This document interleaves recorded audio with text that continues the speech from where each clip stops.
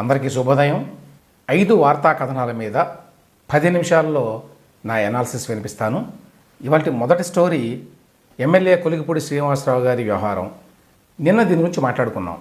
తిరువూరు ఎమ్మెల్యేగా ఉన్న కొలిగిపూడి శ్రీనివాసరావు గారు అక్కడ ఒక భవనాన్ని తానే స్వయంగా కూల్చేయడానికి ప్రయత్నిస్తే అధికారులు పోలీసులు అడ్డుకున్నారు. ఈ విధంగా ఒక ఎమ్మెల్యే తానే రంగంలోకి దిగి ఆ విధంగా కూల్చడం కరెక్ట్ కాదు. అది అక్రమ కట్టడం కావచ్చు, లేక అక్రమ కట్టడం వెనక ఉన్నటువంటి వ్యక్తులు వైసీపీ వాళ్ళు కావచ్చు. ఆ వైసీపీ వాళ్ళు కూడా గతంలో అనేక అరాచకాలు చేసి ఉండొచ్చు. ఇవన్నీ నిజమైనప్పటికీ కూడా ఒక ఎమ్మెల్యేకి చట్టబద్ధంగా భవనాలను కూల్చే అధికారం లేదు. ఆ నేపథ్యంలో నిన్న నా కామెంట్ నేను చెప్పాను. సరే, దాని మీద కొంతమంది అభిప్రాయ భేదాలను వ్యక్తం చేశారు. మీకు తెలియదు అక్కడ ఉన్నటువంటి ఆ వ్యక్తి ఎంత అరాచకాలు చేశాడో గతంలో అనేది.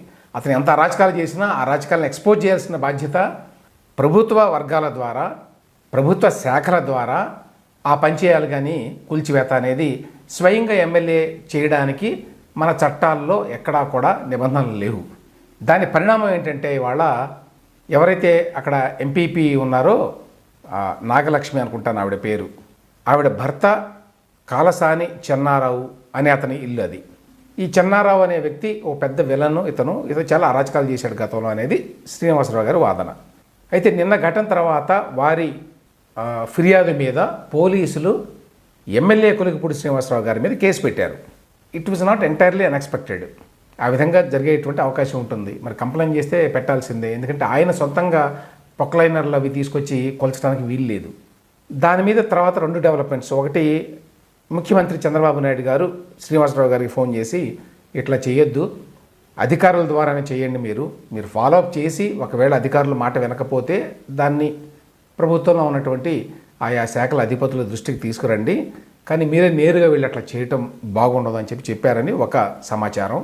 రెండవది ఏంటంటే, శ్రీనివాసరావు గారే దీని మీద ఒక వివరణ ఇచ్చారు. ఏంటంటే, బాధితులు ఉన్నారు, వాళ్ళ భూమిని ఆక్రమించుకొని కట్టాడు అతను, బాధితులకి న్యాయం చేయలేకపోతే నాకు ఈ పదవి ఎందుకు అని. చట్టానికి లోబడి, నిబంధనలకు లోబడి చేయాలి. ఉన్నతాధికారులను కన్విన్స్ చేసి ఈ విధంగా అధికారులంతా లోవర్ లెవెల్స్లో అతను సహకరిస్తున్నారు అని చెప్పి వారి ద్వారా చేయించాల్సిందే. కానీ ఎప్పటికీ కూడా ఎమ్మెల్యే స్వయంగా వెళ్ళి ఏ భవనాన్ని కూల్చడానికి వీలు లేదు. రాజకీయ కారణాలతోటి చట్టాలను ఉల్లంఘిస్తామంటే అది కుదరదు అనేది నా స్టాండ్. ఇది చాలా పెద్ద డెవలప్మెంట్. ఏపీపీఎస్సీ చైర్మన్గా ఉన్న గౌతమ్ సవాంగ్ గారు రాజీనామా చేశారు. ఈయన గతంలో డీజీపీగా ఉన్నారు. డీజీపీగా చేసింది జగన్మోహన్ రెడ్డి గారు. డీజీపీగా ఉన్నప్పుడు ఈయన చాలా అరాచకంగా ప్రవర్తించారు అని చాలా ఆరోపణలు ఉన్నాయి. ఎస్పెషల్లీ ప్రతిపక్ష నేతగా ఉన్న చంద్రబాబు నాయుడు గారు అమరావతి పర్యటనకు వెళ్ళినప్పుడు ఆయన మీద వైకాపా వాళ్ళు రాళ్ళు వేయించారు కావాలని. యాక్చువల్గా దాని మీద మీరు ఎవరు యాక్షన్ తీసుకోలేదు అని అడిగితే అప్పుడు డీజీపీగా ఉన్నటువంటి సవాంగ్ గారు ఏం చెప్పారు, ప్రజలకు నిరసన తెలిపేటువంటి హక్కు ఉంటుంది అని చెప్పి ఒక విచిత్రమైనటువంటి వాదాన్ని ముందుకు తీసుకొచ్చారు. ఆ తర్వాత కారణాలేమో తెలియదు కానీ జగన్మోహన్ రెడ్డి గారికే ఆయన పట్ల కొంత విముఖత వచ్చింది. ఆయన అప్పుడు కనీసం నాకు ఒక మంచి పదవి ఇచ్చి పంపించండి, లేకపోతే నాకు పరువు పోతుందంటే ఆయనకి ఏపీపీఎస్సీ చైర్మన్గా ఇచ్చారు. ఏపీపీఎస్సీ చైర్మన్ అనేది ఒక రాజ్యాంగబద్ధ పదవి. దాన్ని అపాయింట్ చేసేది గవర్నర్ గారు. అంటే గవర్నర్ గారు అపాయింట్ చేస్తారు అంటే ముఖ్యమంత్రి గారు రికమెండ్ చేస్తే చేస్తారనుకోండి.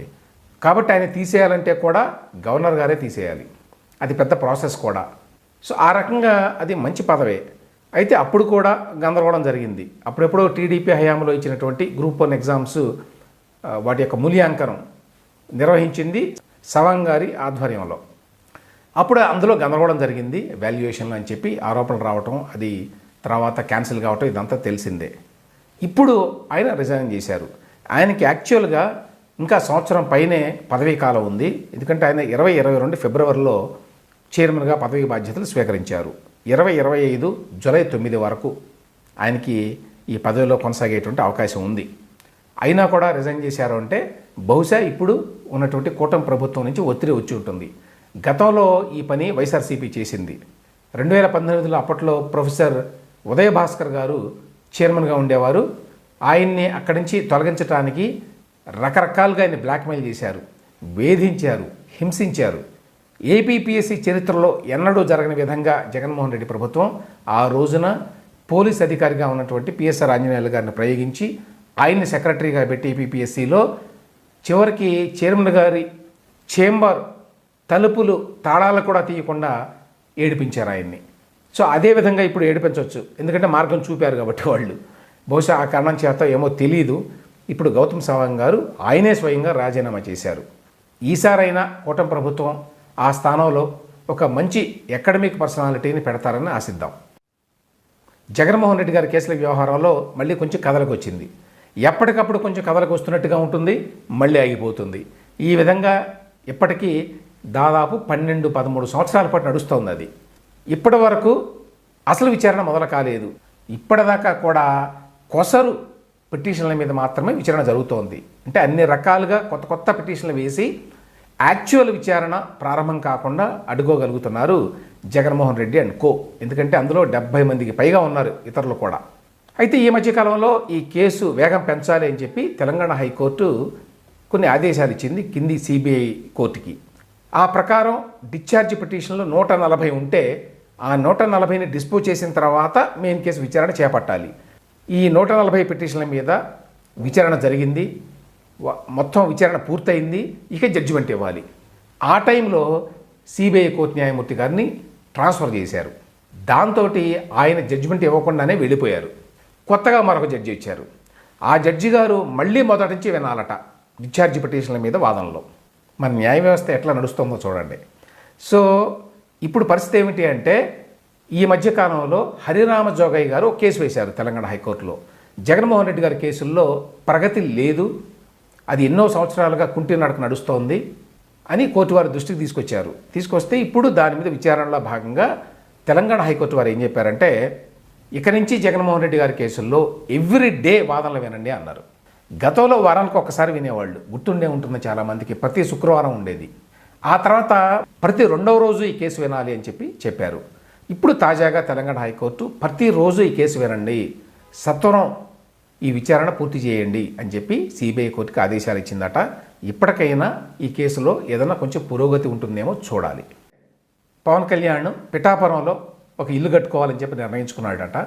ఇందుకు సంబంధించి దాదాపు 4 ఎకరాల భూమిని కొనుక్కున్నట్ట. అందులోనే ఇల్లు, అందులోనే క్యాంప్ ఆఫీసు, ఈ రెండింటిని అక్కడి నుంచి నిర్వహించాలి అని. పవన్ కళ్యాణ్ చాలా ఛాలెంజెస్ ఎదుర్కొన్నాడు. ఒక రకంగా పవన్ కళ్యాణ్కి లోకేష్కి కొన్ని పోలికలు ఉన్నాయి ఈ విషయంలో. పవన్ కళ్యాణ్కి చాలా అడ్వాంటేజెస్ ఉన్నాయి. ఒక సినిమా నటుడిగా కొంత చరిత్ర ఉన్నది. ఆయన రాజకీయాల్లోకి వచ్చిన తర్వాత అనుకోకుండా ఆయనది పెద్ద ఫెయిల్యూర్. పోటీ చేసిన 2 చోట్ల ఓడిపోయాడు. లోకేష్ కూడా అంతే, ఆయనకి చాలా పెద్ద నేపథ్యం ఉంది. వాళ్ళ నాన్న ముఖ్యమంత్రి, పార్టీ నాయకుడు, అయినా కూడా ఆయన మంగళగిరిలో పోటీ చేసి ఓడిపోయాడు. ఈ నేపథ్యంలో చాలా పట్టుదలగా ఇద్దరు వాళ్ళ నియోజకవర్గాల్లో బాగా గట్టిగా పనిచేశారు. పనిచేసి భారీ మెజారిటీ గెలుచుకున్నారు 2 చోట్ల. లోకేష్ ఏ విధంగానైతే మంగళగిరిలో 90,000కి పైగా మెజారిటీతో గెలిచాడో, అదేవిధంగా మంచి మెజారిటీతోటి పిఠాపురంలో కూడా పవన్ కళ్యాణ్ గెలిచాడు. గెలిచిన తర్వాత ఇప్పుడు వాళ్ళ ముందున్నటువంటి సవాల్ ఏమిటంటే, ఆ యొక్క మద్దతుని నిలుపుకోవటం, ఆ గెలుపుని నిలుపుకోవాలి. అందుకోసం అని చెప్పి పైన ఎన్ని పనులున్నా, ఎన్ని బాధ్యతలున్నా, ఎన్ని పదవులు వచ్చినా కూడా వాళ్ళ నియోజకవర్గాల మీద ఫోకస్ పెట్టాలి అని నిర్ణయించుకున్నారు.